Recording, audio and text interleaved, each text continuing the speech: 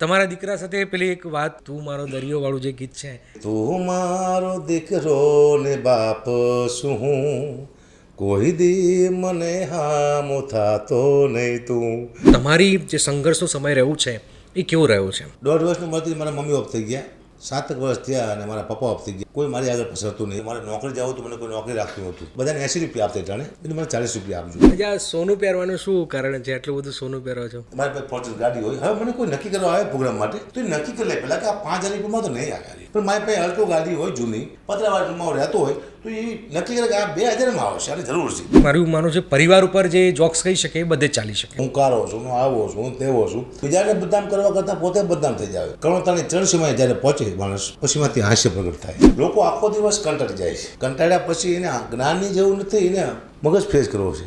તો હાસ્યથી લોકોને મજા આવે છે. કલાકારો છે એમનો દરજ્જો ઊંચો થઈ ગયો છે. શું એ અંદર પોતાની જાતને આમ સુપરસ્ટાર માની રહ્યા છે? જો મને ભાન ન રહે બોલવામાં, મારું સમતોલન ખોઈ બેહું તો મારે માફી માંગવી પડે. ભગવાન તરીકે લોકો જ્યારે તમે માનવા માંડે એટલે ઓટોમેટિક તમારા વિચાર બદલાય છે. સમાજને, ભાઈઓને, કુટુંબને એક કરીને કલાકાર કહેવાય. લોકોને જુદા પાડીને કલાકાર ન કહેવાય. ભાઈ કલાકારો લડે છે, એમાં સમાજને શું લેવા દે? તમે સમાજના નામે કેમ ખભા પર બંદૂક ફોડો છો? અમારો વાંક છે કલાકારો.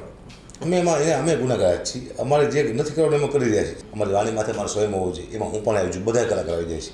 કલાકારી કોઈની જાગીર નથી. આ તો બહુ મોટું સમુદ્ર વિશાળ છે. જેટલું તમારે દોડો એટલું બહુ મોટું મેદાન છે. કોઈને પાછળ રાખવાની જરૂર નથી. તમે આગળ થઈ જાઓ તમારા તાકાત. હું તો કલાકારમાં આવી ગયો છું, મને કંઈ સમજાતું નથી. મારા પરિવારનું ધ્યાન રાખવાનું, મારે આખા ગુજરાતનું ધ્યાન નથી રાખવાનું. દુનિયાને સલાહ આપે હું સર્જાયેલો નથી. પોતપોતાના મગજથી લોકો બરોબર છે. 500 ગોમાંથી દીકરીઓને ખબર પડે કે મારો બાપ બીમાર છે ને બધાય કામ મૂકીને આવે એવું પાત્ર હોય તો માત્ર દીકરી. બાપની આંખમાંથી બે આહુડ આપણને જેની છાતી ધડકો લઈ જાય એવું પાત્ર હોય તો માત્ર દીકરી. બાપ પાસે જેની કોઈ ફરમાઈશ ન હોય એને દીકરી કહેવાય. ફરમાઈશમાંથી ફરમાઈશ કરે એને દીકરી કહેવાય. ડ્રેસ, એડ્રેસ અને ફેસ, આ 3 વસ્તુ મારે કોઈ બદલી નથી. એક જ પેટર્ન છે મારો, વ્હાઇટ. હસાવું સૌથી અઘરી વસ્તુ છે અને જે કહેવાય છે કે હસાવી દે પણ એની અંદર બહુ બધું દર્દ પણ ભરેલું હોય છે. ગુજરાતમાં ખૂબ ઓછા અત્યારે હાસ્ય કલાકારો છે, લોક સાહિત્યકાર છે. એમાં જે આપણા બધાના જ પ્રિય જે છે એ ગમે તે મનમાં આવે બોલી દે છે. એમની અંદર કશું છે જ નહીં. એ દિલના બહુ સાફ માણસ છે, બહુ સજ્જન માણસ છે અને ઘણી બધી સરસ મજાની વાતો પણ કરે છે. ગુજરાતમાં એમના લાખો ચાહકો છે. તો વધારે વાતચીત કરવા આપણી સાથે ઝી ચોઈસ કલાના પોડકાસ્ટમાં હકાબા ગઢવી જોડાઈ ગયા છે. હકાબા, આપનું સ્વાગત. સૌ પ્રથમ તો ધન્યવાદ. લોકોને હસાવા તો બહુ બધાને એમ લાગે ઇઝી વસ્તુ છે. આમાં શું વળી હા હસાઈ દેવાના. ખરેખર એવું છે કે લોકોને હસાવા બહુ ઇઝી છે કે પછી બહુ અઘરું કામ છે? અઘરું કામ છે. તો એટલે કલ્પના બહારનું કામ છે. તમે ચોપડીમાંથી કોઈ જોક્સ વાંચશો, આ તમે જ વાંચો તો લોકો હસશે નહીં. એ જોક્સ હું વાંચીશ તો લોકો હસશે. એક ટોન આપવામાં આવે છે. અચ્છા. એક કોઈ પણ કલાકારને એક ટોન આપવામાં આવે છે કે આ વ્યક્તિ, હું સ્ટેજમાંથી આવે લોકો સીધા હસવા જ મળે. આ હાસ્ય કલાકાર છે, આનામાં આપણે હસવા વખતે પછી હું વાતો કરતો હોય તો લોકો હસવા મળે છે. અઘરું બહુ, કારણ કે હાસ્ય કરવા માટે પહેલાં તમારે અંદરથી દુઃખ ભર્યું તો જ મેળ પડે. ટૂંકમાં કરુણતાની ચરણસીમાએ જ્યારે પહોંચે માણસ, પછી માંથી હાસ્ય પ્રગટ થાય છે. એમને હાસ્ય પ્રગટ નથી થતું. તમામ દુઃખને અંદર સમેટી લે, ભયાનક દુઃખોના પહાડ વીધી નાખે, એ માણસ હાસ્ય કલાકાર થઈ શકે. જે અંદરથી આખો દિવસ રોતો હોય છે એ જ માણસ બીજાને હસાવી શકતો હોય છે. બાકી હસતો માણસ હોય છે, આનંદમાં હોય છે, સુખી હોય છે, એ માણસ હસાવી નથી શકતો. આ મારું માનવું છે. દુઃખોની વાત કરી તો તમે બહુ બધા દુઃખો જોયા છે. એવું નથી કે તમે આજે સુપરસ્ટાર થઈ ગઈ પહેલાં એ સુપર, એ જરા થોડીક હું કહાની સમજવા માગું. તમારી જે સંઘર્ષનો સમય રહ્યું છે એ કેવો રહ્યો છે? મારો સંઘર્ષ સમય એવો છે કે મારી 1.5 વર્ષની ઉંમરથી મારા મમ્મી ઓફ થઈ ગયા, 7 વર્ષ થયા અને મારા પપ્પા ઓફ થઈ ગયા. એટલે મા બાપનો છાંયો વહી ગયો હતો. પછી માન તે બાપને, ભાઈને, બહેનને, કાકાને કોઈ મારી આગળ પસરતું નહીં. એક લાવારીસ હતો. મારા દાદીમાં હતા જેને ગામના કામ કરીને મને મોટો કર્યો અને થોડો ઘણો ભણાવ્યો મને 7-8 ચોપડી સુધી. એ મારા દાદીમાએ. પછી લગ્ન થયા તો એ મારે રહેવા ઘર તો હતું નહીં, તો ભાડે રહેતો હતો. એમાંથી મેં વિચાર્યું હતું કે હું મારે મકાન પોતાનું થાય છે, આવું સંકલ્પ પણ નહોતો કર્યો. લગ્ન થયા પછી એક દીકરી આવી, ત્યારે પણ મારી પોઝિશન બહુ ખરાબ કે મારે નોકરી જાવ તો મને કોઈ નોકરી રાખતું નહોતું. હું કડિયા કામે જવા માગતો હતો. ટિફિન લઈને જાઉં, પાછો આવું. શું નોકરી કરી એમ તમે અત્યારે સુધીમાં? સૌ પ્રથમ મેં કડિયા કામ શરૂ કર્યું. કડિયા કામ એટલે મારા લગ્ન થયા પછી કડિયા કામ હું જાતો પણ મને કોઈ લઈ ન જાય ભાઈ. હું બધાને 80 રૂપિયા આપતા જાણે એટલે મને 40 રૂપિયા આપજો, પણ સમય ખરાબ હોય ત્યારે શું થાય એની તમે વાત કરી રહ્યો છું. 40 રૂપિયા મને ના પાડતા, હું ઘરે આવો એટલે મારા ઘરના કે દૂધ નથી છોકરી માટે. હવે નોકરી મને મળતી નથી, મને કે તમે એક જ એવા છો નોકરી મળતી, આખી દુનિયાની નોકરી મળે છે, આપને કેમ ન મળતી?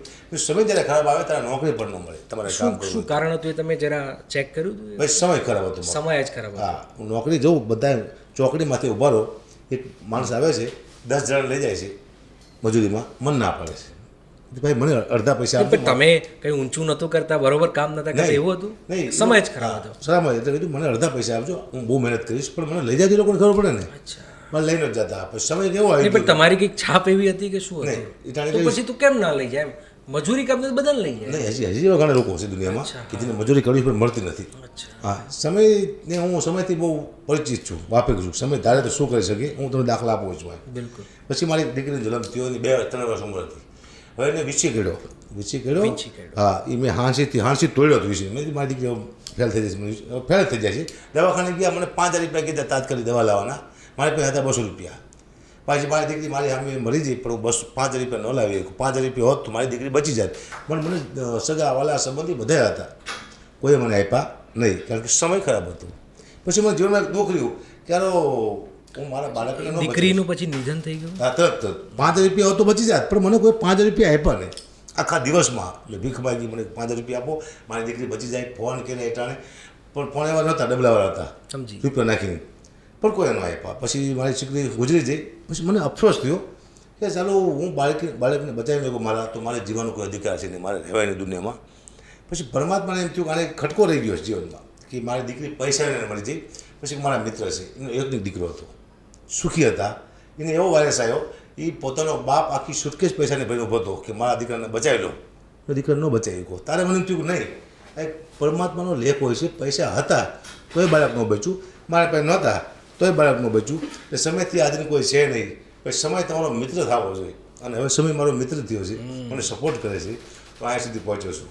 પણ ભયાનક દુઃખના મેં પહાડો જોયા છે તમે. અહીંયાથી અહીંયા સુધી પહોંચ્યો છું. પણ આ સમયની અંદર જ્યારે સમય સાથ આપે છે તો લોકો બહુ વિવાદ પણ કરે છે, તમે જાણો છો. તમારી જે ઇન્ડસ્ટ્રી જે છે, એ ઇન્ડસ્ટ્રીના કેટલા બધા કલાકારો પૈસાદાર થઈ ગયા, પણ બહુ ઝઘડે છે, બહુ લડે છે. દેવાયતભાઈ હોય, બ્રિજરાનભાઈનો લડાઈ હોય, અહીંયા ઉત્તર ગુજરાતમાં તમે જુઓ કાજલ મહેરિયાની વાત હોય કે પછી સાગર પટેલની વાત હોય. આવું કેમ થઈ રહ્યું છે? જો એ પચાઈ નથી શકતા, સીધી એનું કારણ છે. ઈર્ષા તો હરેક ધંધામાં હોય છે, આપણે જાણીશું, હરેક ધંધામાં. અને કલાકાર દુનિયામાં પણ ઈર્ષાનો ભાવ રહેલો છે. ઈર્ષાનું મૂળ આમાં તત્વ રહેલું છે. હા, અને બીજી વાત એ છે કે કોઈ વ્યક્તિ બે જ્યારે ઝઘડો કરતા હોય એની પાછળ બીજા કોઈ 2 જણાનો હાથ હોતો હોય છે, આપણને ખ્યાલ ન હોતો, પણ એકબીજાને ઉશ્કેરાવા કે આમ કહેતો હતો, આમ કહેતો હતો, એમ કરતાં કરતાં વિવાદ વધી જતો હોય છે. પણ કલાકારમાં ઈર્ષા ન હોવી જોઈએ, કલાકાર ઝઘડવા ન જોઈએ. પણ એનું કોમ્પિટિશન છે, એનું કારણ છે કે બીજું કોઈ કારણ છે? કોમ્પિટિશન જ લાગે તમને? કોમ્પિટિશન તો અત્યારે બધી જગ્યાએ છે, કોમ્પિટિશન છે જ તે, પણ એવું કંઈ હોતું નથી. પણ મારા ખ્યાલથી એટલું બધું મગજ દોડતું ન એવું લાગ્યું મને, કારણ કે અંદર અંદર પાછું તો ધંધા પૂરા થઈ જાય આપણે બધા. એટલે બધું શાંત થઈ ગયું, વિવાદ બધું પતી ગયું, હું રાજી થયો. સારા સમાજના વડીલો બધા આવી, બધું ધીમે ધીમે. પણ તો એક વાર પછી પાછું 6 મહિના પછી આનું આજ પાછું ઊભું પ્રકરણ થઈ જાય છે. હવે તો નહીં થાય, કારણ કે પબ્લિક પણ સમજી જાય છે અને કલાકાર પણ સમજી ગયા છે. અચ્છા, આમાં પબ્લિસિટીનું કોઈ તત્વ છે ખરું કે તમને લાગે છે પબ્લિસિટી માટે આવું થાય છે કે જાણી જોઈને થાય છે બધું? એક દાખલો આપો તમને, કે હું અત્યારે યુટ્યુબમાંથી મારો વિડીયો મૂકું કે રામચંદ્ર ભગવાનની સ્તુતિ મૂકવું, તો એને 2,000 માણસો સાંભળશે. પણ કંઈક ખરાબ વસ્તુ અચાનક બોલી જઈ સ્ટેજમાંથી તો મને કરોડો માણસો સાંભળશે. કારણ કે દુનિયા કેવી છે, આ જે સોશિયલ મીડિયા હું જોઉં છું, સારું ઓછું જોવાય છે, નબળું વધુ જોવાય છે. હું આખું માર્કિંગ કરતો હોઉં છું. સારું ઓછું જોવાય છે, નબળું વધુ જોવાય છે. અત્યારે જો અહીંયા 2 શબ્દ ખરાબ બોલજું એટલે તમે ભાઈ અશબ્દ બોલ્યા, એમ થાય કે આ 2 કરોડ વ્યૂ આવી જાય સીધા. પણ એમાં ભગવાનના ગીત ગાઈશ તો બહુ ઓછા માણસો જશે. હાસ્ય છું હું હાસ્ય છું લેવા કરું છું. લોકો આખો દિવસ કંટાળી જાય છે, કંટાળ્યા પછી એને જ્ઞાનની જેવું નથી, એને મગજ ફ્રેશ કરવો છે, તો એ કંઈક શોધતો હોય છે, ટેન્શન વહી જાય એવું, ભૂલી જાય એવું. સરસ. તો હાસ્યથી લોકોને મજા આવે છે, પણ હાસ્ય શુદ્ધ હોવું જોઈએ પાકાભાઈ, સાત્વિક શુદ્ધ હોવું જોઈએ, સાત્વિક એટલે શુદ્ધ હોવું જોઈએ. પણ મોટા ભાગે જે ફિલ્મો ને બધા ચાલે છે એમાં શુદ્ધ હોતું નથી. હા, આપણે બહાર એવું કહેવાય છે કે એક શબ્દ બ્રહ્મ છે, એક મહેકાવે ને એક બહેકાવે. જી. એટલે તમે જ્યાં સુધી લોકોને બહેકાવો મતલબ કે આ રીતે આમ એને ગલગલિયા ના કરો ને, જી, ગલગલિયા જી ત્યાં સુધી એને મજા તો ગલગલિયામાં એડ થાય છે પબ્લિકનો જ આ ટેસ્ટ છે પણ એ છુપાવે છે કે નહીં જી તમે પબ્લિક જોવે છે તો જ આ લોકો લાવે છે ને જી તો આ ગલગલિયા માટેનું છે આમાં એવું છે જો હાસ્ય એવું છે હું કપિલ શર્માને આવું બધું જોતો હોઈશ એમાં તમારી દીકરી મા બેન બધા બેઠા તમે સાથે જોઈ ન કરશો મેં જોયું કારણ કે શું ખરાબ બોલી નાખશે આપણને ખબર નહીં રહી હાસ્ય એવું હોવું જોઈએ કે દીકરી મા બેન ભાઈ આખો પરિવાર હાસ્ય તો હકાભાનું હોવું જોઈએ હકાભા જે વાત કરે છે એ હાસ્ય છે આ એક સમાજના ડરથી સમાજના ડરથી કે હરેક સમાજ ચારણ સમાજને બહુ માને છે ચારણ સમાજ બોલે ગઢવી બોલે તો સારું બોલે તો એ પકડી રાખવા માટે થઈ હાસ્ય આપણે સારું માતાજીના આશીર્વાદ પણ છે ને જી આશીર્વાદ તો છે જ તે કોઈ શક્તિના તો ચાલતું નથી કે ભૂલ તો હું પણ ખાઈ જાઉં મેં ઘણી બધી જીવનમાં ભૂલ કરી છે એમનું કહેતું અરે માણસ ભૂલો જ કરે એમાં કઈ મોટી વસ્તુ કલાકારની દુનિયામાં મેં પણ ઈચ્છા કરી છે મને પણ કોઈ કલાકાર નહીં ગમતો હોય બિલકુલ હા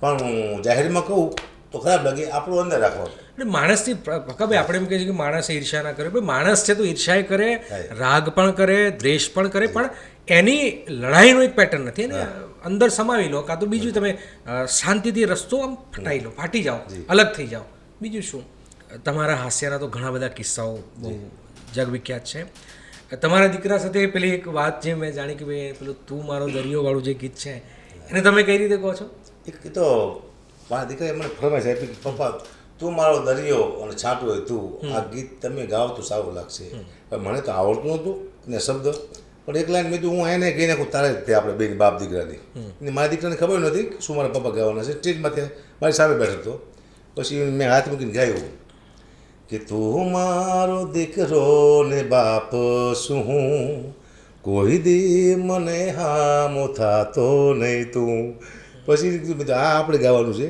દરિયો મૂકો દીકરો છે ને એમાં મને ઇન્ટરેસ્ટ છે દરિયામાં નથી દરિયામાં આખી દુનિયાનો ઇન્ટરેસ્ટ છે મને તારે એકદમ ઇન્ટરેસ્ટ છે તું મારું ધ્યાન રાખજે મુદ્દો આ છે એ ગીત ગાય લોકોને ગમ્યું પછી હું વધુ જોક્સ મેં મારા પરિવારમાં કીધા છે હરેક સમાજના જોક્સ મેં બહુ કીધા મેં બધા સમાજ બહુ સારા છે એના ઉપર હું આવું છું શાંતિથી આવું છું ચલો સારા છે મને હેરાન નથી કર્યો બાકી પછી મેં મારા પરિવારમાંથી કરી દે જોક્સ મારા દીકરાને કહું છું હું મારા બાપુના કહું છું આ મારું બધું પરિવાર ઉપર બોલે તો કોણ બોલવાનું છે અને જે લોકો જે વ્યક્તિ મારું માનું છે પરિવાર ઉપર જે જોક્સ કહી શકે એ બધે ચાલી શકે જી સાચી વાત છે મને એમને પૂછેલું કોઈ કે બા તમે પોતાને બદનામ કેમ કરો સ્ટેજમાંથી તમારા બાપુના જોક્સ કહો છો તમારા દીકરાના જોક્સ કહો છો તમે તમારા જોક્સ કહો છો હું કારો છું હું આવો છું હું તેવો છું પોતાને બદનામ કરવાનું કારણ મેં કીધું બીજાને બદનામ કરવા કરતાં પોતે બદનામ થઈ જાય કોકને બદનામ કરીને કોઈ ફાયદો છે નહીં લોકો તમારી વાતો કરશે કે આમાં તો બરોબર છે ને બીજાનું ખરાબ બોલે છે હું મારું ખરાબ બોલીશ તો લોકોને મજા આવશે કે ભાઈ બીજાનું તો બોલતો એનું પોતાનું ભલે બોલવા દો હવે આ હું જે મારા પરિવાર માટે બોલું છું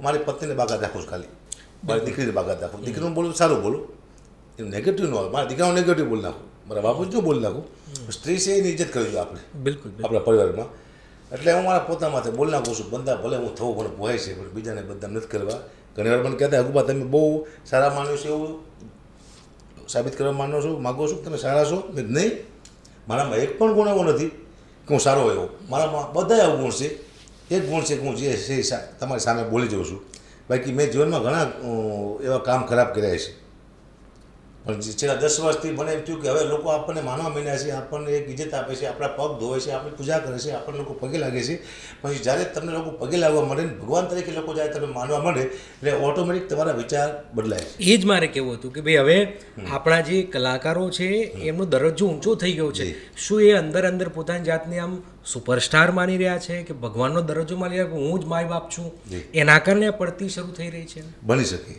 જ્યારે મને વિચાર આવવા માંડ્યો કે હું જે મેં જીવનમાં ખરાબ કામ કર્યા છે બહુ છે પણ જ્યારે મને એમ થયું હવે લોકો આપણને આ ભગવાન જેવી ઉપમા આપે છે તો મારા વિચાર બદલાડા કે મારે એવું એક પણ ખરાબ કામ નથી કરવું જેથી મારા ચાહકોને દુઃખ થાય કંઈક મારું કંઈક આવે ખરાબ કોઈ તો મારા ચાહકોને આપણે કોને પૂજા કરીએ લોકો 2 દિવસમાં ભૂલી જશે ખબર પણ નહીં પડે તમને છતાંય 2 દિવસ માટે કેટલા ઉદાહરણ છે આપણા લોકો નહીં જો તમે આમ તમારો નશો ચડી ગયો તો કેટલા ઉદાહરણો આપણી સામે છે કે એ ખતમ થઈ ગયેલા છે એક સમય સુપરસ્ટાર હતા ખતમ થઈ ગયેલા હવે તમે બીજી વાત આ ભૂલ કરવાનું કારણ હું અચાનક બોલી જાઉં છું કંઈક કોકને તો પબ્લિક જે તમે તો તમે પાછા વળી જાઓ છો જી એ લોકો કેમ પાછા નથી વળતા એમ કહું છું મારે એ જ્યારે પબ્લિક બોલે ને એટલે મગજ કામ ન કરે એમ દેખાડો કરે ને એક આવેશમાં આવી જાય પછી આવેશમાં આવી જાય પછી મગજમાં સમતુલન ગુમાઈ ગયા માણસ પછી શું બોલે ખુદને ખબર ન હોય બોલ્યા પછી પછતાવો તો થાય છે પણ પછી પાછું વળતું નથી કોઈ પણ કલાકાર હોય બોલ્યા પછી ચોક્કસ પછતાવો થાય ચાલો આપણે નહોતું બોલવાનું આની નોંધ લીધી સમાજે,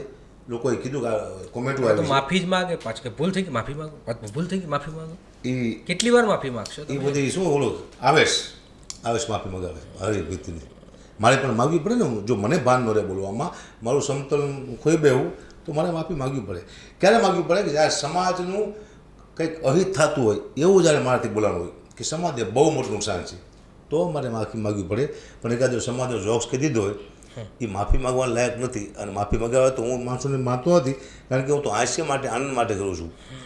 પણ હવે અચાનક મેં બંધ કરી નાખ્યું, સમય ખરાબ આવી ગયો. દર સમાજના બધા સમાજ મહાન છે, આપણી જે વર્ણ વ્યવસ્થા આપણે બધા જ જાણીએ છીએ, પણ કેટલાક લોકો જાણી જોઈને જ કેટલીક હળી કરે છે પછી કે પછી એ ટેસ્ટિંગ કરે કે ભાઈ આમાં થાય છે શું, આમાં જો કરંટ લાગે, સ્લાઇડ કરંટ વાગે છે તો કંઈ વાંધો નહીં, પણ બહુ વધારે કરંટ વાગી જાય તો એ જ પ્રજા આક્રોશિત થઈ જશે.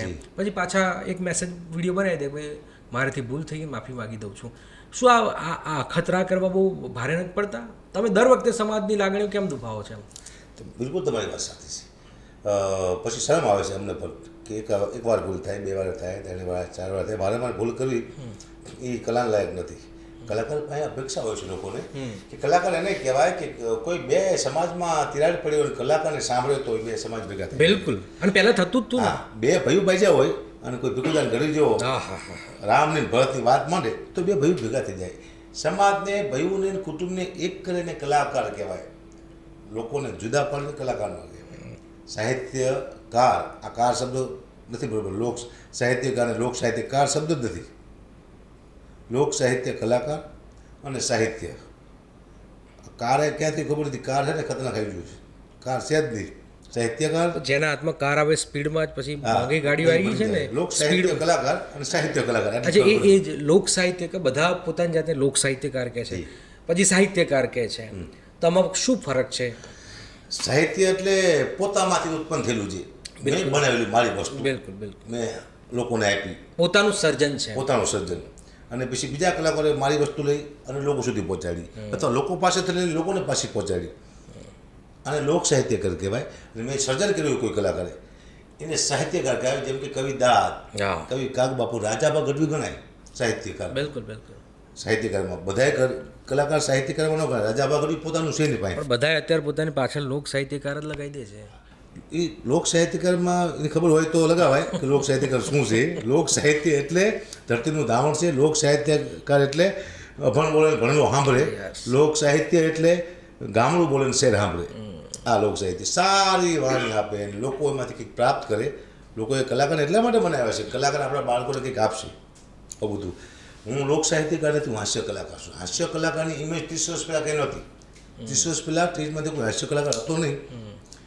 પેલા નારાયણ બાપુને તને આવતા, નારાયણ બાપુને એ તને એમ કહેતા કે ભાઈ એક વચમાં વોલ પર તીખડીઓ લેતા આવજો, તીખડીઓ. અમારી ગણિત તીખડી એમ થતી. પછી 2-3 ટૂચકા કહેતો ને હાસ્યની 2 વાતો કરતો, લોકોને મજા આવતી. તીખડીયામાંથી હવે એવું સ્વરૂપ મળી ગયું હાસ્ય કલાકાર.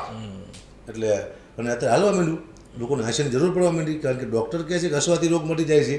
ખોટું હસવું કરતાં સાચું હસવું સારું, પણ હસવું એવું આવવું જોઈએ કે કંઈક પ્રાપ્ત પણ થાય અને રોગ પણ મટે.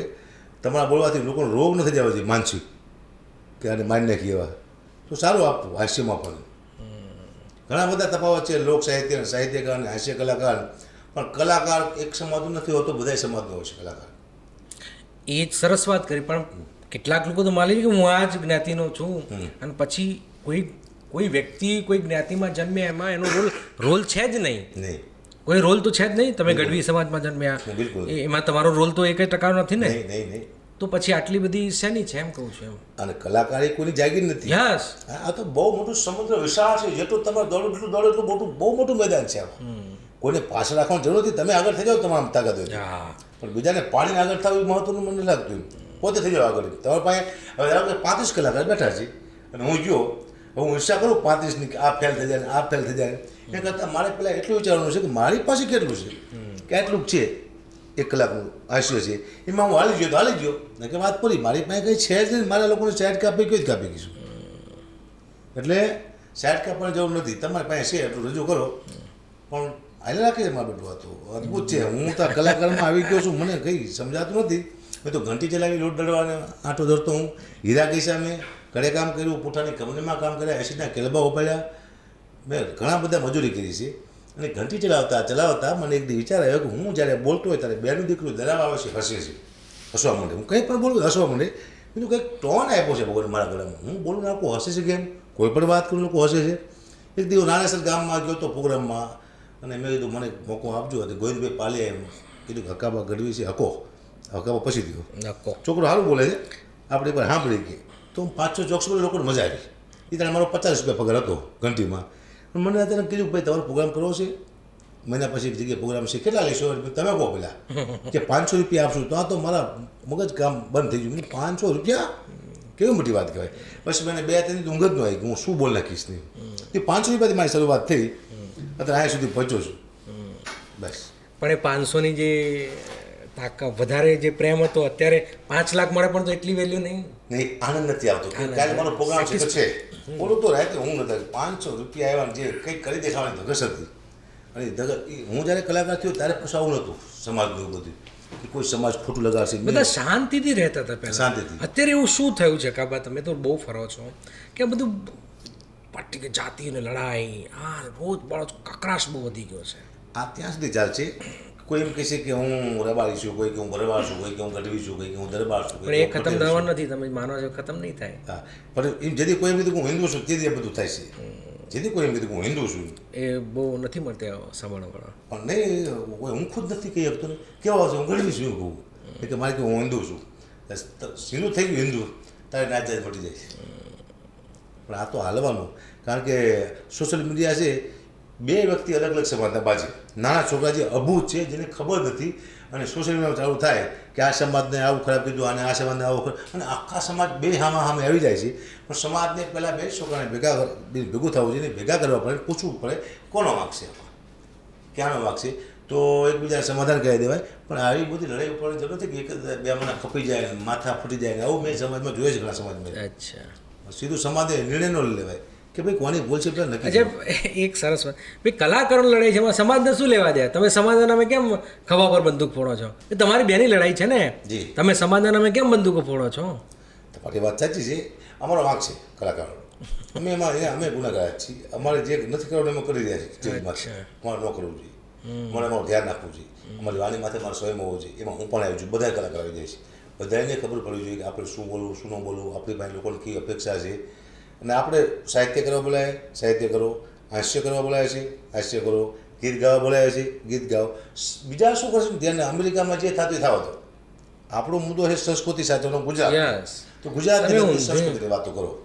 પણ જ્યારે આમ આડા ફાટીને કે અહીંયા આમ થયું ને સાહેબ યુક્રેનમાં બહબાટી બોલી જાય, યુક્રેનમાં ભલે બહબાટી બોલી જાય, એ આપણે વાત જ ન કરે. આપણા ઘરમાં આવે પાછું કોઈની વાત કરવા જેવું છે જ નથી. ઘરની વાત ના કરો, બહારની વાતો બહુ. રૂસની વાતો કરો, રૂસમાં આમ થયું, પણ રૂસને આપણે શું લેવા? આપણે આપણી વાતો કરો. મુદ્દો છે સમાજનો, સમાજને એક કરવાનો, સમાજને સહકાર આપવાનો, સંસ્કૃતિને સાચવવાનો, બાળકોને આપણને કંઈ પ્રાપ્ત થાય એવું બોલવું. મુદ્દો આ છે. આપણે યુક્રેન ને રશિયાની વાતો કરીએ બેઠે બેઠે, એ દુઃખની વાત છે, પણ કરવી પડશે. અચ્છા, સોનું પહેરવાનું શું કારણ છે? આટલું બધું સોનું પહેરો છો? હા, આ પ્રશ્ન મને 2-4 જણાએ પૂછ્યો છે. અચ્છા. એકવાર એક ભાઈ કીધું મને કે પપ્પા આટલી બધી વીંટી પહેરો છું, ફોર્ચ્યુનર ગાડીના સીન નાખવાનું કારણ શું? નહીં, સીન આવું મને શોખ હોઈ શકે. સાંભળો, મને સીન કીધું. સીન નાખવાનું કારણ શું? એટલે બધું સીન નથી નાખતું હું, તો આટલું બધું પહેરવાનું કારણ શું? પછી મને એક દાખલો આપ્યો કે મહાભારતના યુદ્ધને 5 દિવસની વાર હતી, અને કૃષ્ણ ભગવાનના મિત્રને કીધું કે આપણે ટ્રાય કરી એકવાર બધાને મનાવી. જો લોકો બધા માની જાય, ભીષ્મિતા, ગુરુ દ્રોણ, દુર્યોધન, તો યુદ્ધ બંધ થઈ જાય, તો લાખો માણસો બચી જાય. બિલકુલ. મિત્ર સાથે રોજ કૃષ્ણ ભગવાન જાય, મનાવા જાય, આવે, મનાવા જાય, આવે, મનાવા જાય, આવે. મેં એક વાર કૃષ્ણ ભગવાન આવ્યા નહીં, મિત્ર ઘરે ગયા. ભગવાન ક્યાં છે? કે તૈયાર થાય છે, બેસો. કલાક, 2 કલાક, 3 કલાક, 4 કલાકે ભગવાન બહાર નીકળ્યા. પણ મોંઘા મુગટ પહેરેલો, મોંઘી મોજડી, મોંઘા અલંકાર, મોંઘા વસ્ત્ર કૃષ્ણ ભગવાન બહાર નીકળ્યા. મિત્રએ કીધું પરમાત્મા આટલા મોંઘા વસ્ત્રો, આટલા મોંઘા અલંકાર પહેલી વાર તમે કોઈ આટલું મોંઘું પહેર્યું છે, આજ આટલી બધી મોંઘી વસ્તુ પહેરવાનું કારણ શું? આટલા દાગીનાને એવું. તારે કૃષ્ણ ભગવાને કીધું કે આજે આપણે જવાનું છે દુર્યોધનના ઘેરે. એ મારી અંદર શું છે નથી જોવાનું, એ મારી બહાર જોવાનું છે દુર્યોધન. દુનિયામાં એટલા બધા દુર્યોધન રખડે છે, અકાબાની અંદર શું નથી જોવાના, અકાબાની બહાર શું છે એ જોવાના છે. હું તમને દાખલો આપું કે આટલું મેં પહેર્યું છે, મારી પાસે ફોર્ચ્યુનર ગાડી હોય. હવે મને કોઈ નક્કી કરવા આવે પ્રોગ્રામ માટે, તો એ નક્કી કરી લે પહેલાં કે આ 5,000 રૂપિયામાં તો નહીં આવે. આખું એ લોકો માર્કિંગ કરે. પણ મારી પાસે અલ્ટો ગાડી હોય જૂની પતરાવાળમાં રહેતો હોય તો એ નક્કી કરે કે આ 2000માં આવશે આની જરૂર છે આટલું તો ફેર છે એ પાકા ભાઈ સમજી ગયો. મુદ્દો આ છે સીન ના હોય તો સીન નાખી દો મતલબ દેખો લોકોને દેખાડ દો કે મારી પાસે છે એટલે કોઈ આ વાંધો આ સમજી ગયા તમે સમજી ગયો. જબરદસ્ત કામ કરો છો. માર્કેટિંગ પોતે જ જાતે કરો છો પોતાનું. હા આ રીતે કરી નાખો કોઈ આપણે શું કરે આપણે કોઈ આપણે સાથે એક બે જોક્સ તમારા કોઈ ફેવરેટ હોય તમારી બહુ જોડીઓ એક તો કીર્તિભાઈ સાથે તમારી ઘણી બધી યાદો છે ને એક કોઈ યાદ હોય એમાં કહો તો કે તમારી જોડી બહુ જબરજસ્ત ધૂમ મચાવી. આમાં એવું છે કે મને શરૂઆત મોટા સ્ટેજમાંથી કીર્તિદાન ઘડી લઈ ગયા છે મને અને એનું આભારી છું કારણ કે પહેલો પ્રોગ્રામ બારડોલીમાં હતો અને કીર્તિદાન ઘડી એમ કીધું કે હકાબા ઘડી આવ્યા છે તારે મને કોઈ ઓળખતું નહીં હકાબા ઘડી કોણ છે બહુ સારું હાસ્ય કરે છે તમને મજા નહીં આવે ને તો મારું આજનું બજેટ હું લઈ લઉં આટલું સાથે ઠપકાઈને કીધું એટલે મેં કીધું તમને ખબર છે હું અહીં હાલીશ કે નહીં હાલું આ પબ્લિક મને ઓળખે છે કે નહીં મને કે મને વિશ્વાસ છે તારી માથે તું અહીં હાલીશ અને બહુ એ ત્યારે સુપરહિટ ગઈ ઓડિયન્સમાં પણ આટલું કહેવું આપણને સ્ટેજ આપવું ધારો કે માયાભાઈ આહિર હાસ્ય કલાકાર છે બેનો એક જ વિષય છે હવે એના પહેલાં મને બેહારે કે કાબા ગઢવી પછી મારી બાજુ બેઠા બેઠા હસતા હોય એટલે પબ્લિક માર્કિંગ કરે કે માયાભાઈ જેવો કલાકાર હશે છે હાસ્ય કલાકાર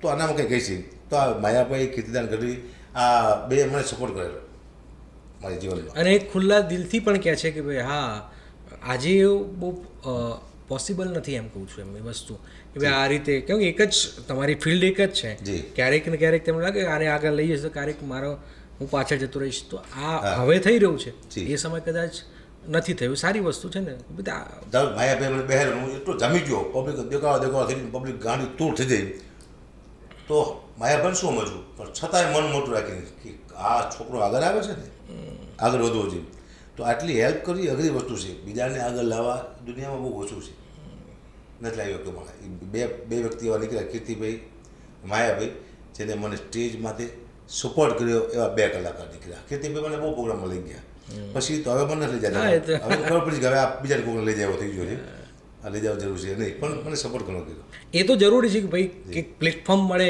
એવું જી પણ એ માણસની અંદર એ તત્વ જ ખતમ થઈ રહ્યું છે હવે તો જી કોઈ સહેજ બી એને લાગે કે આ મારી આગળ જવાનું તો પછી એને પધાવાની પેટર્ન ચાલુ જ થઈ જાય. જી જી એ તો બધા હરેક ધંધામાં છે કોઈને આગળ એ તો બધા ધંધામાં હરેક ધંધામાં એનું શું કારણ થયું? લોકોને કંઈક નામ કરી નાખવું છે આમ ઉપર પહોંચી જવું છે હવે ઉપર પહોંચવા માટે શું છે 2 કલાક જ ઉપર પહોંચી શકે છે અચ્છા એક સર્વશ્રેષ્ઠ હોય બિલકુલ એ તો હું નથી મને ખબર છે બિલકુલ અને એક અલગ હોય તો અલગ હું શું એ મને ખબર છે સર્વશ્રેષ્ઠ નથી પણ અલગ તો શું દુનિયાથી મારો ચહેરો અલગ પડે છે મારો બોલવાનો અલગ પડે છે મારી લુક અલગ પડે છે અલગ શું એટલે હાલું છું હું સર્વશ્રેષ્ઠ છું એટલે હાલતો એમાં મારો સર્વશ્રેષ્ઠ હું છું જ નહીં મારે તો બહુ કોઈ વ્યક્તિ સર્વશ્રેષ્ઠ હોય ના બધામાં કંઈક તો અલગ છે એટલે હાલી છે આપણે અને આપણે બોલતા હોય તો આપણામાં કોઈ એવો વૈસાનો ભાવ ન હોતો કોઈ સમાજને બદામ કરી નાખવા અથવા કોઈને ટાર્ગેટ કરીને બોલવું એ મારો કોઈ દી ભાવ રહ્યો નથી કારણ કે આટલા બધા સમાજના જોક્સ કીધા મેં હું પહેલો કલાકાર છું જેને બ્રાહ્મણ દરબાર દેવપૂજક આહિર સમાજ 4-5 સમાજ છે નાઈ સમાજ માણસ સમાજ અને અમે જોક્સ કીધા મને હકના જોક્સ એવા આ સમાજના તમે જોક્સ વિડીયો પણ બનાવીને મૂકી જ રાખતા હતા. હા પણ છતાં આ એવા સમાજ છે જેને મને માફી ન મગાવી એટલે એનો આભાર માનું કે આ પહેલા સમાજ છે અત્યાર સુધી મને નથી માફી મગાવી એ લોકોને ખબર તો છે કે આ ઇરાદાપૂર્વક ન બોલતો અને બહુ જૂના જોક્સ છે આથી 10 વર્ષ પહેલાંની વાત છે છેલ્લા 6-7 વર્ષથી મને ખ્યાલ આવ્યો કે સમાજ સારા છે પણ કદાચ એને કોઈ ઉશ્કેરશે તો યસ કે આ ઘડવી છે ને દે કરે તમારા પણ એ કોઈ વ્યક્તિ તમને ફોન કરે એ સમાજનો જી. તે આખો સમાજનો કોઈ ઠેકેદાર નથી એમ કહું ના. એ કે મારા સમાજની લાગણી દુભાઈ છે. જી એ સમાજને ખબર ન હતી હા એ તો વાત કરું અને જે અને તમે સમાજના નામે બી ડરતા હોય જી. તો યાર, અને આમાં એવું હોય છે કે તમે ફોન કરે ને તારે એક ડર શું રહેશે બીજો કંઈ ડર નથી થતો આ લોકોને એક કેવું પ્લાન હોય છે કે આપણે હકાબા ઘડીને ગાયો દઈએ ફોનમાં ગાયો દઈ અને રેકોર્ડ મૂકી દઈ કે અમે હકાબાની ગાયો દીધી એટલે એને હીરો થઈ જવું છે પણ મેં કોઈ દિવસ મોકો આપ્યો નથી કારણ કે હું સામે આપી દઉં છું બધું આપ સમજો ને મેં કીધું તરત આવે મારું પણ આપણે સામે દીધું હોય ને તો એ ન આવે પછી બીજી વાત એ છે કે માફી કોણ મગાવે છે એક અધિકારી માફી ન મગાવે એક ડાયો માણસ હોય માફી ન મગાવે એક બિઝનેસમેન હોય માફી ન મગાવે સોરી બ્રિટિશમેન બિઝનેસમેન બિઝનેસમેન સોરી એ માફી ન મગાવે માફી કોણ મગાવે છે? જેના ખેતરમાં 3 મણ ઘઉં નથી થતા એ જ ચાલા બેઠા રહેવા. નવરો માણસ બિલકુલ નવરા, કંઈ કામ ધંધો જ નથી અને સમાજ જેને સ્વીકારતું જ નથી એવા વ્યક્તિ આપણને ફોન કરી માફી મંગાવે તારા દુઃખ થાય છે. કોઈ વિદ્વાન સમાજનો ઠેકેદાર ફોન કરે ને, કોઈ એ તો નથી વિદ્વાન માણસ, તો આપણને છે કે આ બરોબર છે. કોઈ એવો કિસ્સો યાદ હોય તમને કે ચાલો આમાં ફસાઈ ગયો હું, અથવા તમે ફસાયો હોય કોઈને, નથી જ માતાજી કૃપા છે હું કે ફસાવાનું. તમને મજા આવી ગઈ હોય એવું? હા, એવા મને ફોન આવેલા છે. અચ્છા, હા. પણ સારા માણસોના ફોન આવ્યા છે. સમાજ રાજપૂત સમાજથી કોઈ સારો રાજપૂત હોય ડાયો અને બુદ્ધિશાળી માણસ કઢીને આપણે કેવી કેવું Yes. માફી માંગી એમ નહીં કે ભાઈ તમે આ ભૂલ કરી છે, આપ જરા ધ્યાન રાખજો. તો મને બહુ ગમે કેવા વ્યવસ્થિત છે. આ દરબારે મને વાત કરી, મને ઠપકો આપ્યો, આખું તમારે આવું ન બોલાય પણ તમે ભૂલ ગયા, ફરી વાર તમે ધ્યાન રાખજો, માફી માંગજો એમને કીધું. અમે ગઢવીને માફી માંગાવી, તમે ગુને લાગી. રાજપૂતનું આવું કેવું છે, આહિર સમાજનું આવું કેવું છે, એવા ઘણા સમાજ છે, બ્રાહ્મણ સમાજ પણ એમ કહે તમે ચાણસો હવે તમારા પાસે માફી માંગી તો ગુને લાગી, તો આપ જરા ધ્યાન રાખજો. પણ એ કેવા સારા માણસો ફોન કરે છે. આ કહેવાની રીત હોય. હા, તો આપણે આનંદ થાય એટલે આપણે તો નોંધ કરી કે હવે હું નહીં બોલું ભાઈ. પછી વ્યાકરણ પણ બજારમાં આવતા નથી કે વ્યાકરણ આવે એવું, પણ આપણે ઠપકો આપે કે બધા કે આ તમે ન બોલો તો સારું લાગે, તમે બોલો તો આ લાયક નથી લાગતું, તો હું તો નોંધ લઉં કે મારે આ નથી બોલવાનું. વિવાદમાં આવવાની મારો હવે નથી કોઈ દિન તો ક્યારે હકાભાઈ ફસાઈ ગયા હોય આવા પરિસ્થિતિમાં, કોઈ એવી ઘટના બની હોય? નહીં, ફસી નથી જોઉં કોઈ દિવસ, કારણ કોઈ કે દિવસ નહીં. ફસાય કોણ? જે બુદ્ધિથી બોલતો એ ફસાય છે. યસ, બુદ્ધિથી બોલતો એ હોય 100% ફસી જાય. મારી બુદ્ધિ જેવું છે ને, હું શું બોલવાનું મને સવારમાં સ્ટેજમાંથી બેવતા મને ખબર નથી હું શું બોલવાનું, અને ક્યારે હું શું બોલ્યો મને ખુદને ખબર નહોતી.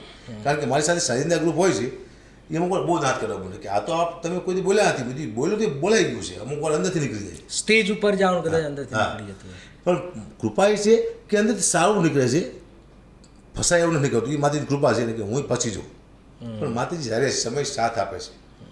સમય બલવાન છે ને. કોઈએ મને કીધું કે હવે તમારો ખાસ મિત્ર કોણ? મેં કીધું એક જ સમય. એનાથી કોઈ બીજો મારો મિત્ર જ છે નહીં. સમય મિત્ર તો આજે દુનિયા મિત્ર છે. સમય તમને હાથ છોડે એટલે દુનિયા હાથ છોડી દે. સમયનો રોજ પગે લાગુ કે મારી સાથે રહેજે, મને કોઈ દી અહમ ન આવે, મને અહંકાર ન આવે, અને મારામાંથી એવા કોઈ શબ્દો ન નીકળે જે સમાજને નુકસાનકારક થાય એવા. આ હું સમયને કહેતો હોઈશ રોજ, અને પ્રાર્થના કરતો હોઈશ મારી ઇજ્જત આબરૂ રાખજે. મારે કંઈ પૈસા ઓછા મળશે, નહીં મળે તો ભવાય છે. ઘણા હું મહિનામાં 12 પ્રોગ્રામ તો એમને ધર્મના કરતો હોઈશ, 1 રૂપિયો લીધા વિના. પોતાનું ગાડી ડીઝલ મફત કરી દેવાના. હા, 12 પ્રોગ્રામ 12 મહિનાના 12 પાકા પાય કદાચ વધી જતા છે. સરસ કરવું પડશે. અમુક ગૌશાળા હોય યોગ્ય મૂલ્યમની ગાય હોય તો આપણને ખ્યાલ આવે કાંઈ લેવા જેવું નથી, રૂપિયો નહીં લેવાનો. બધામાં એ બધી બુદ્ધિઓ નહીં દોડાવવાની, બધામાં પૈસા નહીં જોવા, માનવીય અભિગમ પણ. આશ્રમ અન્નક્ષેત્ર છે, ત્યાં દેવાની જગ્યા છે, લેવાનું ન હોય. બિલકુલ બિલકુલ. અનાથ આશ્રમ છે, ત્યાં દેવાની જગ્યા છે, લેવાનું ન હોય. એવા ઘણા બધી સંસ્થાઓ છે, પણ જે બુદ્ધિથી સંસ્થાઓ ચાલે છે એ હું લઈ લઉં છું. એ તો લેવું જ પડે. ટ્રસ્ટ થઈ જાય તો ટ્રસ્ટમાં પછી મને ટ્રસ્ટ કરો, અહીંયાથી લેવાય. તો વિદ્ય જેવું લાગે લઈ લે આપણે. કાર્ય સારા કરે છે બધા ધર્મના, તો પણ અહીંયા લેવાય. પણ જ્યાં કોઈ ટ્રસ્ટ પણ છે જ નહીં, ઓટોમેટિક ચાલે છે, લોકો આપે છે અને ગાયોની સેવા થાય છે, તો અહીંયા હું પૈસા ભૂલી જવાની પૂરી કોશિશ કરું છું. એટલે હું ભૂલી જાઉં છું ઘણી એવી જગ્યાએ. એક બે સામાજિક વિષય પર વાત કરવી છે કે આજકાલ ગુજરાતને હું આખા દેશમાં સૌથી વધારે જો આંકડો જોવામાં આવે તો ડિવોર્સના જે કિસ્સાઓ છે આપણે ત્યાં બની રહ્યા છે પતિ પત્ની વચ્ચે, અને પછી ડિવોર્સ થાય છે તો 25-50 લાખ રૂપિયા લઈને એ પતિ આલે છે અને પછી ખતમ થઈ જાય છે. આ ડિવોર્સના શું કારણ તમને લાગે છે? ઉતાવળમાં લગ્ન કરી લેવા, જોયા વિના પૂછ્યા વિના, કોઈને ખબર ન હોય શું ન હોય, છોકરીને ખબર નથી છોકરો કઈ જગ્યાએ છે, છોકરાને ખબર નથી છોકરી શું કરે છે, કોઈને એને મા બાપને પૂછ્યા વિના લગ્ન કરી લેવા, એ પણ ડિવોર્સનું કારણ બને છે. અને બીજું કે સુખી છોકરી છે ઘરમાં, અતિ સુખી, અને સામે છે જ નાનો માણસ છે, અહીંયા જે લાગુ નથી પડતું કે જે ફેસિલિટી મળતી નથી. બીજું અતિ સુખી છોકરો છે અને મા બાપ એને સપોર્ટ કરે છોકરીને, તારે ચિંતા નહીં કરવાની, હું બેઠો છું, કંઈ બોલે તો આપણું ઘર ખાલી છે તારે આવી જવાનું. તો મા બાપનો હમ વાક હોય છે, એનાથી કદાચ થતા હોય છે ડિવોર્સ. તો મેં કર્યા મને ખબર ન હોય, અનુભવ છે, હું બોલતો નથી પણ છે. દરેક વસ્તુમાં અનુભવની થોડી જરૂર હોય છે કાબા. કેરોસીન પીવાય પણ આપણા કુટુંબમાં જોઈએ તો આપણે અનુભવ હોય થોડો. નહીં, દરેક વસ્તુમાં અનુભવ. કેરોસીન પીવાય એ તો અનુભવથી ખબર પડે કે ના પીવાય. હા, એ તો અનુભવ તો છે જ નહીં ને. જી, એમાં તો ખબર પડી જાય કે આ આને અડાય નહીં, નકર તો આપણે ઉપર જતા રહીએ. તો કેટલીક વસ્તુમાં ખબર તો પડી જાય કે આ ન થાય. એ વાત મારે કહેવી છે. ડિવોર્સમાં આમાં શું છે, તમે જે મને કહેવા માંગો છો ને, ડિવોર્સમાં હું જાણતો નથી, પણ બે માણસના મગજ બરોબર ન હોય એક સાથે એટલે ડિવોર્સ થાય. બેના વિચાર એક સાથે મળતા ન હોય એટલે ડિવોર્સ થાય.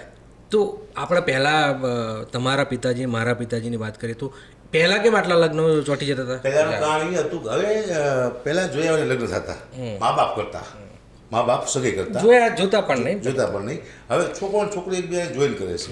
મા બાપ જે હગે અત્યાર સુધી કરીને આપણા મા બાપે આપણે દેખાડાવીને એ ઘર તૂટે એવો કોઈ દાખલો જ નથી. હવે જે સામે એકબીજા જોઈન કરે છે એ ઘર ફરતે તૂટી જાય. 5 વર્ષ માન ચાલતા હોય છે. પણ મા બાપે જે સરપણ કર્યા છે દીકરાને જોયા વિના પૂછ્યા વિના એ આજ્ઞાકારી દીકરાઓ હતા કે મા બાપે કદી બરોબર જોઈ અને ઘર પર ચલાવતા ન ચાલતા હોય તો ચલાવવા પડતા હતા સમાજની રૂહે આબરૂ રાખવા માટે થઈને. ગમે કે ન ગમે બાપુએ કર્યું એ મા બાપનું માન રાખવું પડતું એટલે ચાલતા હતા. હવે યુગ આવી ગયો છે. મેં તો કોઈ દી સલાહ નથી આપી. હું સલાહ કોઈ કોઈને આપવા માગતો નથી. કારણ કે મેં કોઈ દી સ્ટેજમાંથી એવું નથી કીધું કે બેન દીકરોને વિનંતી કે તમે આવા કપડાં ના આપીશો. ભાઈ તમને મજા આવે કરો. મારા પરિવારનું ધ્યાન રાખવાનું, મારે આખા ગુજરાતનું ધ્યાન નથી રાખવાનું. મારા પરિવારે મારે શું પહેરાવવું, કેવી રીતે રાખવા એ મારો વિષય છે. મારા પરિવાર પૂરતો છે. દુનિયાને સલાહ આપવા હું સર્જાયેલો નથી. કારણ કે મારે સલાહ આપવાનો મને હક જ નથી. પોતપોતાના મગજથી લોકો બરોબર છે.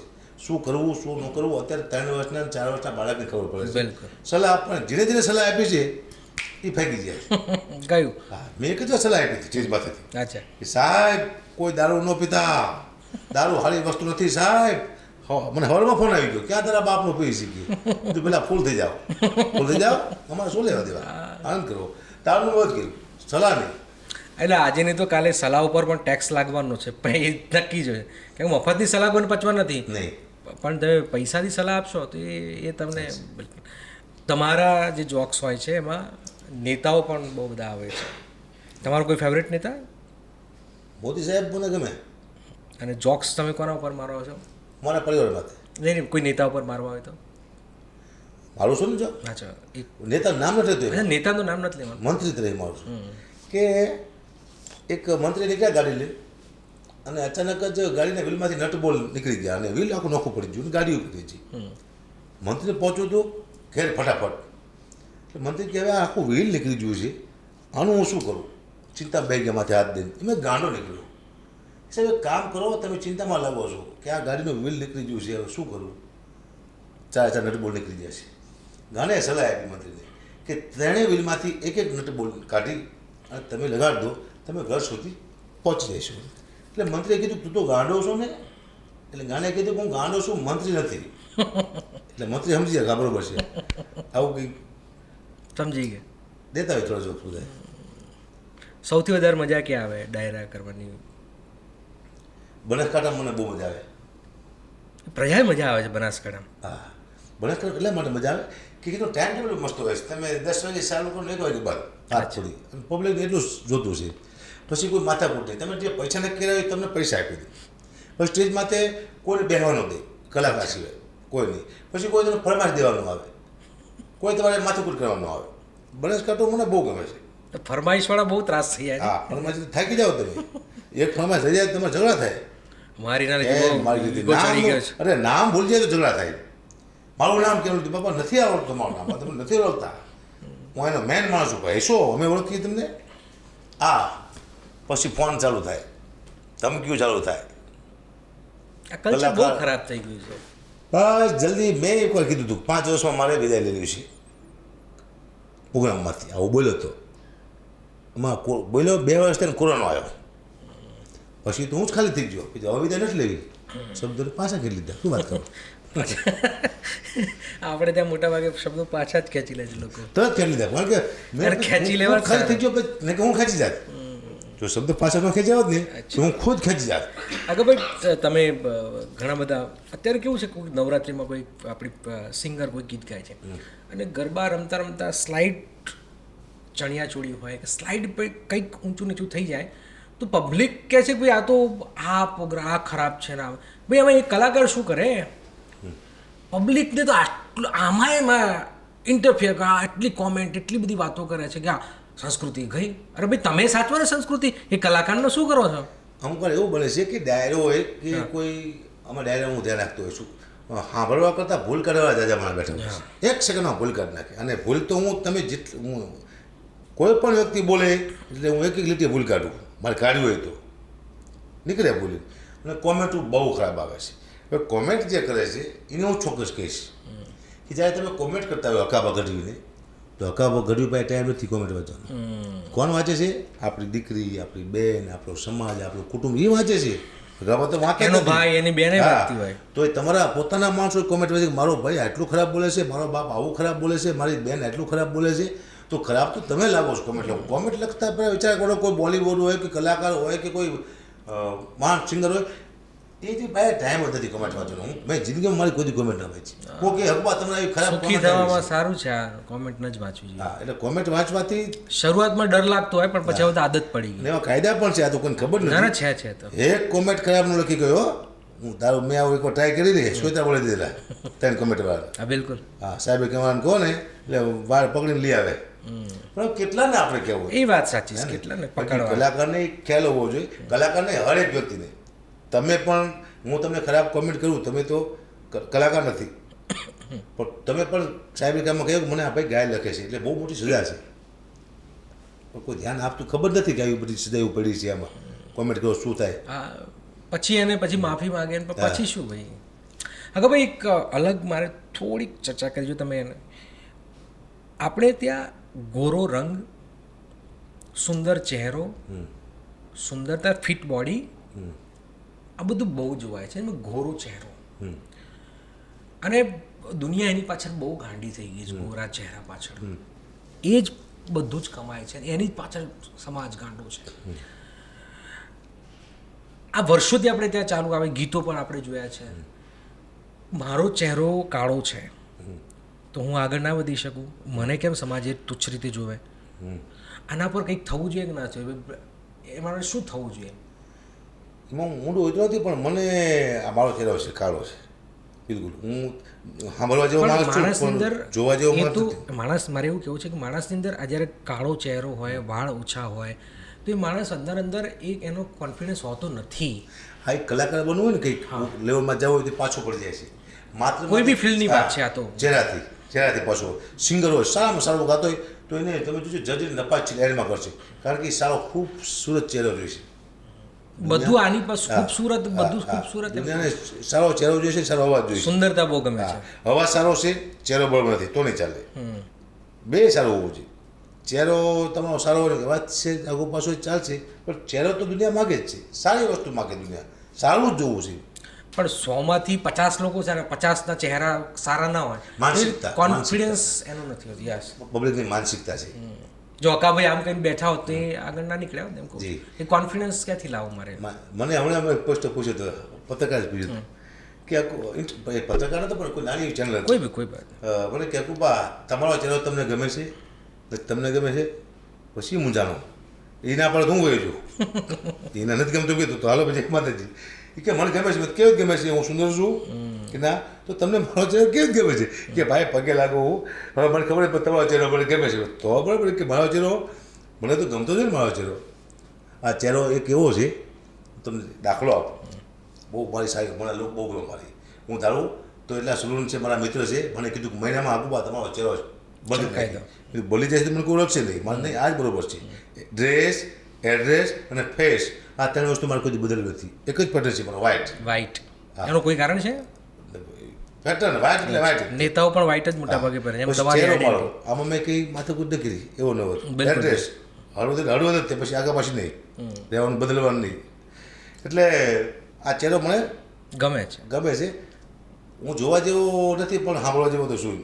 મને લોકો જોઈને ખુશ ન થાય કે ઓહો કેવા સુંદર છે અકુબા, એવું ન કે. સાંભળવામાં મજા આવે છે.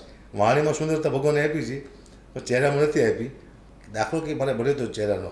હા, તમે કોઈ પણ કલાકાર નીકળે, માર્કિંગ કરજો. આ કોઈ પણ કલાકાર, કીર્તિદાન ગઢવી હોય કે જિગ્નેશભાઈ કવિરાજ હોય કે ગમનભાઈ શાંતલ હોય કે બીજું બાવડ હોય, આમ બજારેમાંથી નીકળે એની જે ઓળખતા છે ને, એને સમજી છે કે આ તો ગમનભાઈ છે, આ તો કીર્તિદાન છે. ઓળખતા છે જે કલાકારને રોજ સાંભળતા છે. નથી ઓળખતો ખબર નથી ને કે આ બીજું બાવડ છે, ખબર નથી. પણ મેં આખું માર્કિંગ કર્યું મારું, હું આમ નીકળું ને નથી ઓળખતો. એક વાર તો મારા સામું જોવાય, નથી ઓળખતો એ હતી, કોણ છે લાંબા વાળવાળા ચાલ બાલ લઈને જાય છે, તો એ કંઈક અલગ લુક આપી છે. મારા સામું લોકો જોવે છે, પછી મારે એટલું જ જોતું મારા સામું જો, બાકી હું સંભાળીશ. નહીં, પણ એ તો આટલા મોટા થયા પછી તમારે સમજ આવી ને, શરૂઆતમાં થોડી સમજ હતી. સમજ નથી. પણ હું એટલું કહું છું બધાને દુનિયાને કે આંખ બંધ થાય પછી ક્યારેક ખોલવાની છે આપણને ખબર નથી, શ્વાસ અંદર જાય ક્યારે પાછો નીકળે છે આપણને ખબર નથી. એટલે ભગવાને થોડીક જિંદગી આપી પછી આનંદ કરી લો. કોઈ માથાકૂટ નહીં, સગા વાલા સંબંધી પોતાના પારકા કુટુંબ સમાજ બધા હળીમળીને રહો. ખબર નથી સારું ક્યારે પંખી ઉડી જવાનું છે. આ શું ખોટી માથાકૂટ, તું આવો છું તું તેવો છું, હરેક જગ્યાએ માથાકૂટ, એક બે સમાજ ઝઘડી પડે છે. આ આખા દેશને નુકસાન છે. બસ એટલું યાદ રાખો, ક્યારે વહી જવાનું ખબર નથી. આપણે બી યાદ બોલી રહ્યા છીએ. આ સત્ય છે, આનંદ છે આપણો. હવે અહીંથી બહાર નીકળશું કે નીકળે આપણને કંઈ ખબર નથી આવી તો કેટલું મોટું વિચાર લે છે. હું તો બેંકમાં પૈસા નથી મૂકતો. અરે વિશ્વમાં બેંકમાં પૈસા નથી મૂકતા. 20 વર્ષે ડબલ થાય છે. હું 20 વર્ષ મને હાલી કાલે ખબર નથી, 20 વર્ષ મને કેવી નક્કી કરું 20 વર્ષ પછી ડબલ થાય છે. હું તો જોવા રહેવાનું નથી. હું ઘરે જાઉં છું. સાંભળો, ડાયરો કર્યો, પૈસા આવ્યા ઘરે આપ્યા, હવે પાછા ડાયરામાં ગયો, પૈસા આવ્યા ઘરે આપ્યા, હવે પાછો ડાયરામાં ગયો, પૈસા આવ્યા ઘરે આપ્યા. હું તો ઘરે ખાતો નથી, ઘરે રહેતો નથી. હું ઘરે પૈસા શું કરવા આપું મને ખુદને ખબર નથી. હું કોઈ દાડીઓ છું, મજૂર છું, દુનિયામાં શું લેવા આવ્યો છું. નથી મારે ઘરે ખાવું, નથી મારે રહેવું. 10 દિવસ ઘરમાં રહું છું, 20 દિવસ બહાર રહું છું. તો ઘરે શું લેવા પૈસા? હું કોના માટે આવ્યા દુનિયામાં? તારે એમ થાય કે હરેક વ્યક્તિ પોતાના માટે નથી આવતો, બીજા માટે આવે છે. દીકરા માટે, મા માટે, બેન માટે, ભાઈ માટે, સમાજ માટે, કુટુંબ માટે. આ આપણે દુનિયામાં આવ્યા છીએ. તમે આવ્યા છો તમારા પરિવાર માટે, તમારા માટે નહીં. તમારી એક પણ ઈચ્છા તમે પૂરી ન કરી, તમારા પરિવારને પૂછજો કોઈ ઈચ્છા હોય તો કે મારી આ ઈચ્છા છે, ચાલો નીકળો અહીંથી મૂકી છે. આપણી ઈચ્છા પૂરી કરવા નથી આવ્યા, લોકોના ઈચ્છા પૂરી કરવા માટે આવ્યા. બહુ સરસ વાત કરી. છેલ્લે તમારો કોઈ ફેવરિટ કોઈ જોક્સ હોય, તમે વારંવાર સ્ટેજ ઉપર રજૂ કરતા હોય? જોક્સ તો મારા ઘણા બધા, વધુ હું જોક્સ કહું છું મારા બાપુજીના. જમીનનું જે ઉથલ પાથલ મારા બાપુજી કરી નાખી. હું 700 વીઘાનો માલિક હતો. મારા દાદા, મારા બાપુ બહુ ઘણી જમીન હતી, પણ મારા બાપુને ટેવ પડી હતી વેચી નાખો. ગમે વેચી જ નાખતા, કોઈ પણ વસ્તુ નહીં, ફેવટ પડી જતી હાથમાં. મરી ગયા ને કે મને વેચી નાખવાના હતા, પણ મરી ગયા. એટલે હું બચી ગયો. આવ્યું જોક કહેતો હોઈશ. એક ભાઈ મને કીધું, મને કહ્યું બા તમે આવડે મોટા કલાકાર છો, તમારા બાપુ તમારા દાદા બધા કલાકાર હતા, એટલે બધા સોદાગર હતા. કીધું મને કે એ લોકો લે વેચનું કરતા હતા. ના, મારા દીકરા વેચ જ કરતા હતા, કોઈ લીધું જ નહીં. હા, હું છે જોક થતી. જે લોકો તમને જોવે છે, સાંભળે છે અને જીવનમાં 2-5 મિનિટ હસે પણ છે, એવા લોકોને શું કહેશો કે ભાઈ આમ જ હસતા રહે? બસ આનંદ સિવાય કંઈ છે નહીં. હસો, સારું હાસ્ય સાંભળો, હસો અને એવું સાંભળો પ્રેરણાદાયક હોય. અમુક જોક્સ મારે એવા છે ભાઈ કે લોકો માટે મોટા યુટર્ન આવ્યા છે. આ જોક્સ નથી હોતો કોઈ કિસ્સો યાદ? હા, એ હું કહું તમને. આ સત્ય હકીકત છે. જોક્સથી પણ લોકોના જીવનનું પરિવર્તન આવે. હા, સત્ય હકીકત છે. મારા નવા લગ્ન થયેલા, મારો 1200 રૂપિયા પગાર હતો ચાલે ઘંટીમાં. અને મારા નોકરી છૂટી જઈ, હું રોડમાંથી આવી ગયો. નવા લગ્ન થયેલા અને મારા શાળાનો ફોન આવ્યો કે જીજી બહુ બીમાર છે. જીજી એટલે મારા સસરા. અમે સસરાને જીજી કહી. જીજી બહુ બીમાર છે, દીકરીને જો બાપનું મોઢું જોવું હોય તાત્કાલિક આવી જાઓ. મારી પાસે તો પૈસા હતા નહીં, એટલે મેં 800 રૂપિયા ઉછના લીધા. મેં દીકરીને બાપનું શરીર મોઢું દેખાડી દઉં. મેં દીકરીને લઈને હું ગયો જામનગર. જીજી હોતેલા બેભાન થઈને હલે ચલે. દીકરી કે જીજી આંખું ખોલી સીધી. મારા સીધા 800 રૂપિયા જ્યાં, જીજી હાજર થઈ ગયા. હું પાછો આવતો રહ્યો. અઠવાડિયા પછી પાછો ફોન આવ્યો, કદાચ તમે આવો હકાપા તો જીજીને કાઢી જવા પડે. છેલ્લી વાર જો દીકરીને બાપનું મોઢું જોવું હોય તાત્કાલિક આવી જાઓ. મેં બીજી વાર 800 રૂપિયા ઉછના લીધા. હું જ્યો જીજી હોતેલા બેભાન થઈને હલે ચલે. જે મળી જેલી ઘો પડ્યું. દીકરી કે જીજી આંખું ખોલી. 800 મારું 100 રૂપિયાનું બૂચવાઈ ગયું. હું પાછો આવતો રહ્યો. જીજી હાજર થઈ ગયા. 1 મહિના પછી છેલ્લો ફોન આવ્યો. આ છેલ્લો ફોન હતો કે જીજીના મોઢામાં તુલસીના પાન નાખી દીધા છે, જીવ 10મા દાર વહી ગયો છે. હકાબા તમે આવો એ પહેલાં કદાચ જીજીને કાઢી જવા પડશે. છેલ્લી વાર જો દીકરીને બાપનું મરેલું મોઢું જોવું હોય તાત્કાલિક લઈને આવી જાઓ. મેં ત્રીજી વાર રૂપિયા 800 ઓછીના લીધા. મેં દીકરીને હું જો જામનગર. જીજી હોતેલા બેભાન થઈને હલે ચલે. મેં દીકરી કે જીજી આંખું ખોલીને મારું મગજ જુઓ. મેં જીજી તમે નહીં મરો, હું ભાડા ખર્ચીને મરી જઈશ. આજ મરું, કાલ મરું, મરી જાઓ. મરી ગયા. મને યાદ છે મેં કીધું તરત જીજી મરી ગયા. અચ્છા. પણ સાહેબ મુદ્દો શું હતો? મેં પહેલી વાર દીકરીની તેથી તાકાત જોઈ. બાપને 3 વખત જીવતો કર્યો. મરી ગયા પછી બાપને જો દુનિયામાં કોઈ જીવતો કરે તો એક જ પાત્ર છે, માત્ર ને માત્ર દીકરી, જે મરી ગયા પછી બાપને જીવતો કરે. 500 ગોમાંથી દીકરીઓને ખબર પડે કે મારો બાપ બીમાર છે ને બધાય કામ મૂકીને આવે એવું પાત્ર હોય તો માત્ર ને માત્ર દીકરી. બાપની આંખમાંથી 2 આહુડ આપણને જેની છાતી ધડકો લઈ જાય એવું પાત્ર હોય તો માત્ર ને માત્ર દીકરી. 20 વર્ષે 2 થાપા મારી લગ્ન કરીને ઘરની બહાર નીકળે, ઘરમાં અંધારું થતા એવું લાગે, સાચા જેવું પાત્ર હોય તો માત્ર ને માત્ર દીકરી. આનો મને અનુભવ છે.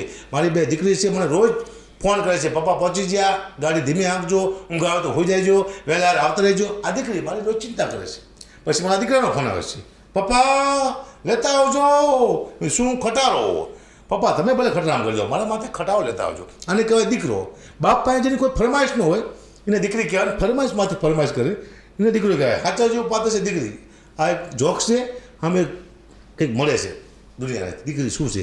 જોક્સની સાથે એક દીકરીને કોન્ટેક્ટ થાય છે, એટલે અમુક જોક્સ એવા હોય છે. બાળકોને પણ બહુ પંપાળ કરે છે મા બાપ, જી અને દીકરીઓને બહુ ઠપકારે છે. જી સાચાવાના તો દીકરીઓને છે ને, જી. પણ મારો બેટો મારો બેટો મારો બેટો. હવે લગભગ છેલ્લા 5 વર્ષથી એવું થોડું pattern બદલાય. 5 વર્ષ પેટર્ન બદલાય. દીકરી લોકો સ્વીકારે છે, કારણ કે દીકરી દીકરા કરતાં બહુ લેવલમાંથી છે.